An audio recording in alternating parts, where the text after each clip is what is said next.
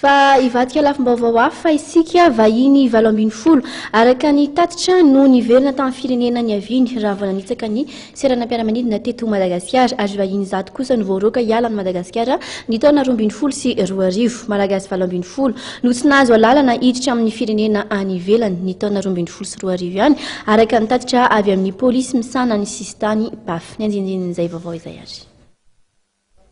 Malagasy 20 tsy nahazo lalana hiditra amin'ny firenena any ivelany ny taona 20 sy 20 araka ny tatitra avy amin'ny polisy misana ny sistany na paf. Tamin'ireo malagasy ireo dia 5 tany Maurice, 3 tany Moroni Comore, 3 tany Afrika Atsimo ary 2 tany La Réunion. Manarak'izay dia vitsy ihany koa ireo vahiny ny voaroaka ary voatery niverina tanindrazany taorian'ny fisavana izay nataon'ny tandro filaminana. Vahiny 20 araka ny tatitra no niverina tamin'ny firenena niaviany raha vao nanitsaka ny seranam-piaramanidina teto Madagasikara ary vahiny zato kosa no voaroaka niala Madagasikara ny taona 20 sy 20 ka ny 9 tamin'izy ireo dia teratany komorianina, 20 frantsay, 13 tanzanianina, 7 sinoa ary ny 5 dia teratany afrikanina tatsimo. Ny tsy fahatomombanan'ny taratasin'izy ireo no anisan'ny antony mahatonga ny fanerena azy ireo iverin-dalana na fandroahana ody araka ny fanazavana.